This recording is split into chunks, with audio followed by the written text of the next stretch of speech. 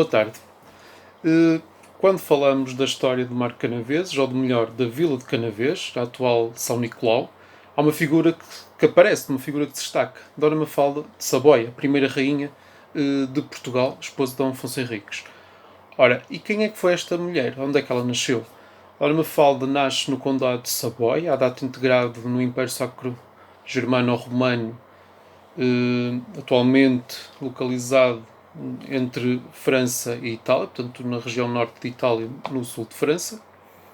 e era filha de Amadeu III de Saboia e de Mafalda de Albon, sobrinha da Rainha de França, Dona Adelaide, e sobrinha neta do Papa Calixto II. Como vemos, Dona Mafalda nasce no seio de uma família bastante influente da Europa do seu tempo. A própria Casa de Saboia tinha participado na segunda cruzada cristã. A rainha terá nascido entre 1125 e em 1145 ou 46 terá contraído matrimónio com Dom Afonso Henriques, primeiro rei de Portugal, à data já rei de Portugal. O primeiro documento desta rainha em Portugal data precisamente de 23 de maio de 1146 e trata-se de um ato de confirmação de uma doação de Dona Teresa de Leão, portanto a mãe de Dom Afonso, à Ordem de Cister. Do seu casamento nasceram 7 infantes, se bem que apenas 3 atingiram a idade adulta, atingiram a maioridade. Neste caso, Dona Urraca, futura rainha de Leão, Dona Teresa, futura condessa da Flandres, e Dom Sancho, que viria a ser o segundo rei de Portugal. Ao longo do seu reinado, ao lado de Dom Afonso Henriques, Mafalda terá permanecido no Paço de Coimbra, havendo inclusive registros de algumas das suas vivências. Sabe-se que assistia a alguns ofícios no Mosteiro de Santa Cruz e que priveu com Santo Teotónio. Portanto, Santo Teotónio era um amigo e também conselheiro de Dom Afonso, do qual até há alguns relatos em que a rainha tinha alguns azedumes com o cone regrante de Santo Agostinho. Embora grande parte do seu tempo é passado em Coimbra, Dona Mafalda deslocar-se-ia com alguma frequência à região do Baixo Tâmega, qual tinha aqui nestas terras do Baixo Tâmega alguns domínios, nomeadamente Vila do Bispo e Fandinhães. Consta ainda que, mas sem fundamento, portanto não há provas que confirmem esta propriedade, que a própria Vila de Canaveses lhe teria pertencido, ou pelo menos teria aqui algumas possessões em Canaveses. Recorde-se ainda que este era o local onde residiam também importantes famílias portuguesas e que intimamente relacionadas com a administração régia, inclusive, neste caso, os Ribadouro e os Sousões, que terão estado, ou melhor que estavam, também presentes na educação de alguns dos infantes, quer o próprio Afonso Henriques já tinha sido educado por estas famílias,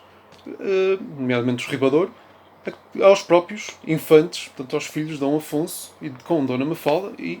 estas influências continuaram depois também nos reinados seguintes. Para sempre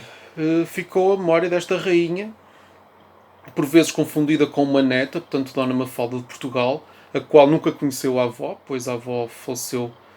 muito antes da própria infanta ter nascido, mas curiosamente nesta região ficam aqui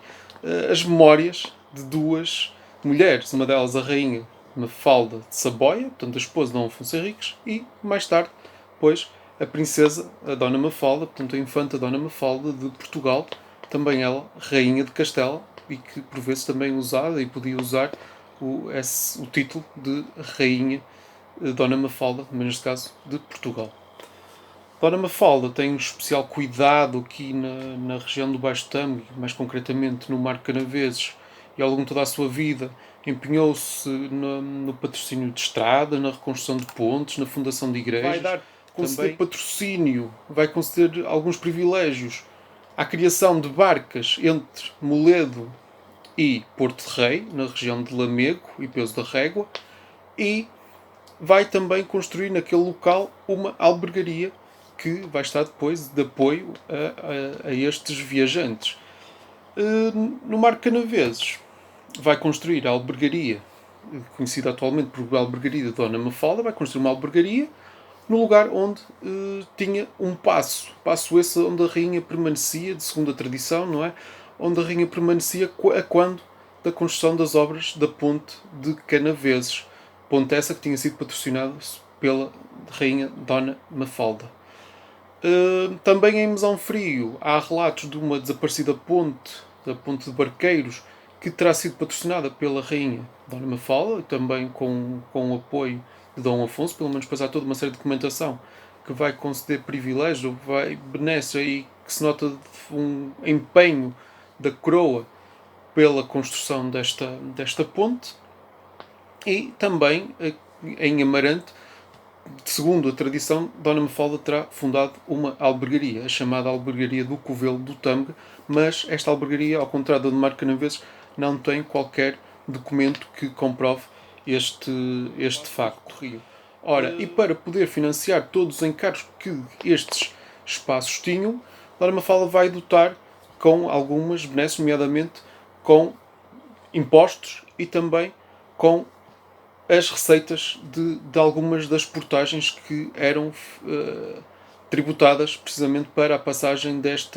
nestas pontes ou em determinadas localidades. Para testar ainda melhor esta dedicação que Dona Mafalda tinha pelos peregrinos, neste caso os peregrinos de Santiago, vou ler uma parte do seu testamento em que conseguimos perfeitamente ver esta preocupação e este cuidado que ela tinha com os peregrinos. O seu testamento foi escrito redigido em latim, né,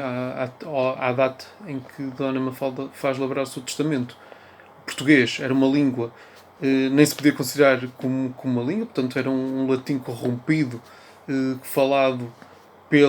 pelas classes mais populares e que só mais tarde, não é só no momento no reinado de Dom Dinis, é que se vem a confirmar como uma língua oficial. Neste caso, o seu testamento foi transcrito posteriormente já no século XVIII, e vai ser com base dessa transcrição que eu vou ler. Porém, faço carta de testamento, ou de couto, muito firme, por esta guisa. Leixo o meu passo de Canaveses, que eu fingi, e que eu pousei, enquanto mandei fazer a ponte sobre o Tâmega, a qual morada de passos deixo por hospital, com os foros e rendas que eu hei naqueles lugares, freguesia de São Pedro e de Santa Marinha de Fornos, a saber, os leixos afurados, e que tudo se paga ao dito hospital, com minha apresentação da igreja de São Pedro, cabeça de capela que fingi sobre o rio Tâmega, com as azenhas do rio de Passo que eu fingi, e que não extremendo outras, e que não renderem para o dito hospital, com as portagens das ditas freguesias que eu entre e o dito hospital será sempre limpo e bem coberto, com portas cerradas e com camas, e que bem posam jaze 9 peregrinos, os que serão apresentadas rações de entrada em de partida, e mais lume e sal, e finando-se algum dos peregrinos, seja enterrado com 3 missas sobre o altar e com pano e cera. Portanto, Dona Mafalda viria a falecer no dia 3 de dezembro de 1158 e provavelmente no decurso de complicações de um parto de uma das infantas mais novas, neste caso da infanta Dona Sancha, que morreria também depois em idade jovem. Dona Mafalda seria sepultada no mosteiro de Santa Cruz e, passado alguns anos, portanto em 1515, Dom Manuel vai mandar construir um novo túmulo para Dom Afonso Henriques e as 2 urnas funerárias são depositadas no túmulo que ainda hoje se encontra na igreja de Santa Cruz de Coimbra. A rainha morreu, no entanto, para sempre o seu nome, para sempre a sua memória vai ficar ligada às gentes do Baixo Tâmega, em especial às de Marco Canaveses, e ainda hoje há uma das rotas de peregrinação para Santiago de Compostela que faz precisamente este percurso pela região de Lamego, Sinfãs, Rezende, Marco Canaveses e de Marco Canaveses para Amarante, onde vai entroncar no caminho que depois segue para Braga, atualmente designado Caminho de Torres. Espero que tenham gostado. Até uma próxima. Boa tarde.